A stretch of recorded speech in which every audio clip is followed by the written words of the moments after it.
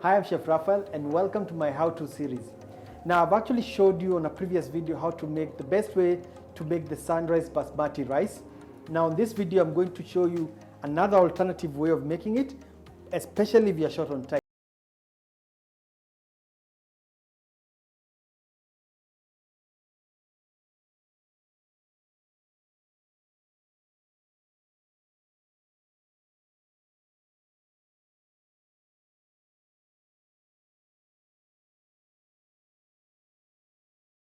You need to do whenever you, for this method, is to measure the amount of rice you want. Now I'm actually making 1 cup of rice. Now you have 1 cup of rice, so I'm going to rinse the rice, just stir the water on the rice and then let it drain out, and then the rice will be clean. Now, so a little bit about the cups of that you use. Now these are 3 different cups and you can use any cup. It doesn't really matter which cup you use. What matters whenever you're cooking rice is the same cup you use to measure the rice is the same cup you use to measure the water.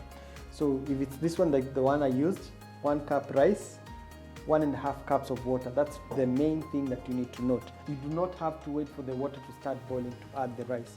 You can actually add the cleaned rice onto the water. I'll add a pinch of salt. If you want the water to start boiling faster, just cover it. And in this case, actually it has started boiling. So when it comes to a boil, you reduce the heat to the very minimum. It also depends on the amount of fire that you have. In this case, I'll show you in my cooker. I have 2 different burners here. Now this burner has a bigger flame, which means even if you reduce it to the minimum, that flame will actually be bigger than this one. So when you reduce it, they are both reduced, but this is a smaller flame than this. So also that matters. In this case, what we want is to use the smaller flame, not the big one, like here.